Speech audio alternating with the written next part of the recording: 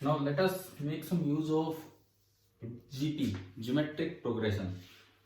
तो सबसे पहले ये देखिए कि जीपी किस तरह की फॉर्म होती है. First term A, second term A into a number, common ratio बोलते हैं उसे. Third term again that number multiply कर दीजिए, अगेन वही नंबर मल्टीप्लाई कर दीजिए, इस तरह से चलता रहे. nth term a into r is to power n minus one. First term में n1 है, सेकेंड टर्म में n2 है, तो इस तरह से ये n टर्म्स मैंने लिख दी. अब एक जीपी की इसमें जो a है, इस a को तो हम बोलते हैं कॉमन रेशियो, सॉरी a को तो बोलते हैं फर्स्ट टर्म, एंड जो r है उसको हम बोल रहे होंगे common ratio, second term upon first term. अगर बार बार वही फैक्टर मल्टीप्लाई हो रहा है तो ये एक जीपी, ज्योमेट्रिक प्रोग्रेशन. अब इस जीपी की एन टर्म्स का फॉर्मूला होता है a इंटू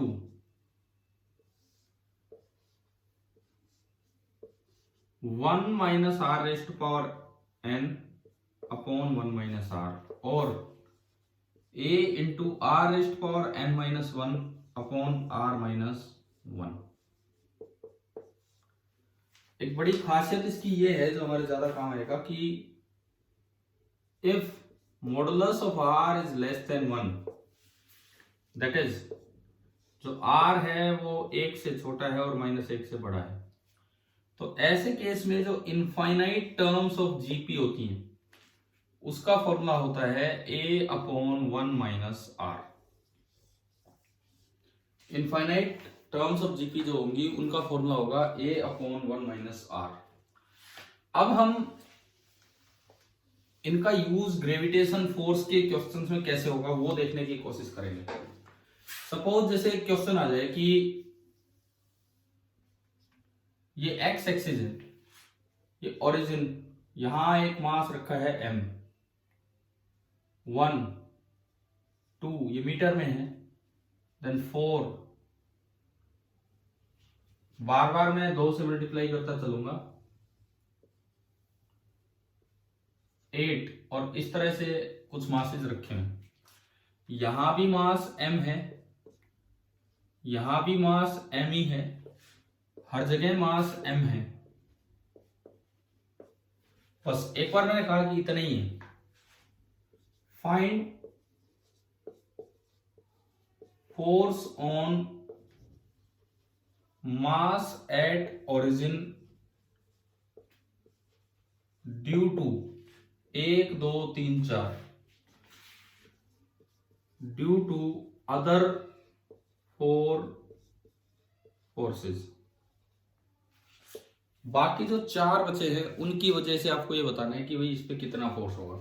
तो देखिए आप एक एक करके सबका फोर्स लिखें, और नेट फोर्स क्योंकि सब अट्रैक्टिव होंगे, सब एक तरफ ही होंगे, तो एफ नेट हो जाएगा पहले फर्स्ट का G m1 m2 upon are square, second का G m1 m2 upon are square, third का G m1 m2 upon are square, and last वाला G m1 m2 upon are square.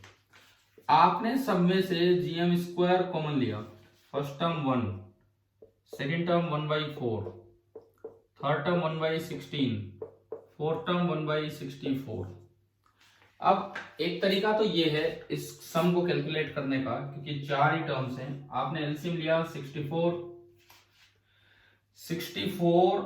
Plus 16 plus 4 plus 1, और इसके अलावा जो factor था वो था ही, दैट वाज जीएम स्क्वायर. 64 और 6 70 80 4 84 85, 85/64 इंटू जीएम स्क्वायर. ये 4 ही थे तो जल्दी जुड़ गए, लेकिन अगर 10 हो 15 हो तो फिर भाई इस तरह से जोड़ने में तो बड़ा टाइम लग जाए. तो आप जीपी वाले फॉर्मूले से चलो इस सम को करने के लिए. ए कॉमन रेशियो इज 1 एंड ये जीपी है. आप सेकंड से फर्स्ट टर्म को डिवाइड करो 1/4 आएगा, थर्ड से सेकंड को डिवाइड करो 1/4, ये 1/4 ही आता रहेगा.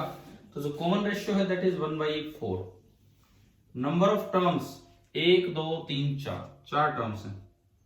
अब आपने सम का फॉर्मूला यूज किया a इंटू r, अगर एक से छोटा है तो आप यूं चला करो 1 minus r raise to power n, तो r raise to power n upon 1 minus r, ये आपका सम आएगा। इसमें इनफाइनाइट टर्म्स का, इनफाइनाइट नहीं सॉरी, ये जो चार टर्म्स है इनका, ये सम देखिए क्या बनेगा, a into 1 minus r, r आपका है 1/4 raise to power n divided by 1 minus r. इसको भी सिंप्लीफाई करके देखते हैं, तो ऊपर आया 1 minus 1 upon 4 raise to power 4, 4 4 16 और 4 64 256, और नीचे आपका बच रहा है 1 माइनस 1/4 दैट इज 3/4। इसको थोड़ा सिंप्लीफाई किया तो 255 अपॉन 256, और ये ऊपर जाके हो गया 4/3, 4 से कटेगा 4 से 24, 4 चौक 16, एंड 3 से कटेगा 3 8 24, 3 5 15। तो ये अगेन आप देखिए सम आपका आया 85/64। चार ही टर्म थी तो डायरेक्ट जुड़ गया, नहीं तो जीपी से इस तरह से आपको ऐड करना था। अब मैं इस सवाल को इनफाइनाइट लेवल तक लेके चलूंगा कि भाई बहुत ज्यादा पार्टिकल्स आपको दे रखे हैं, तब ये कैसे होगा। देखिए सपोज आपको ये दिया है क्वेश्चन, मैं आज कर कुछ भी नहीं रहा, जो अलग अलग तरह के डाउट्स आए हुए हैं बच्चों के, किसी तरह लेक्चर्स में उनको ही थोड़ा थोड़ा टॉपिक सा बना के कवर करने की कोशिश करेंगे। जो भी हमारे पास डाउट्स आ रहे हैं हम उन्हीं को इस तरह से लेके चलेंगे। ये एक्स एक्सिस है, ओरिजिन मास m, 1 मीटर मास m, 2 मीटर मास m, अगला 4 पे, ये एक्स एक्सिस लास्ट तक चल रहा है, अगला 8 पे, एंड ये जो m मासेज हैं ये रखे हुए हैं अप टू इन्फिनिटी, बहुत दूर तक, बहुत दूर तक। तो अब आपको निकालना है कि find force, gravitational force on the mass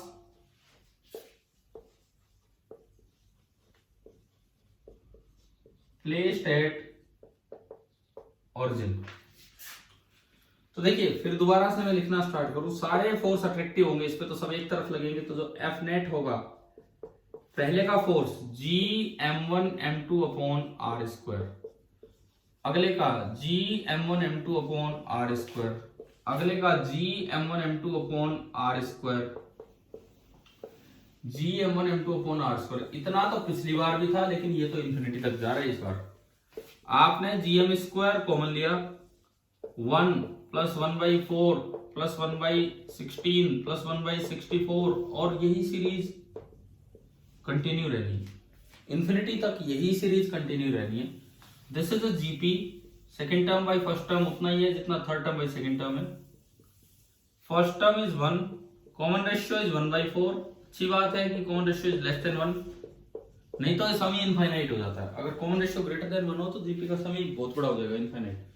तो ऐसे केस में जो सम ऑफ इनफाइनाइट टर्म्स था, हमने पढ़ा था a upon 1 minus r, a is 1 upon 1 minus 1/4, 1 minus 1/4 is 3/4, 1 minus 1/4 is 3/4, जो ऊपर जाके होगा 4/3। तो ये आपने इसमें रखा, तो जो एफ नेट आया ओरिजिन वाले पे, ये आ गया 4/3 gm स्क्वायर।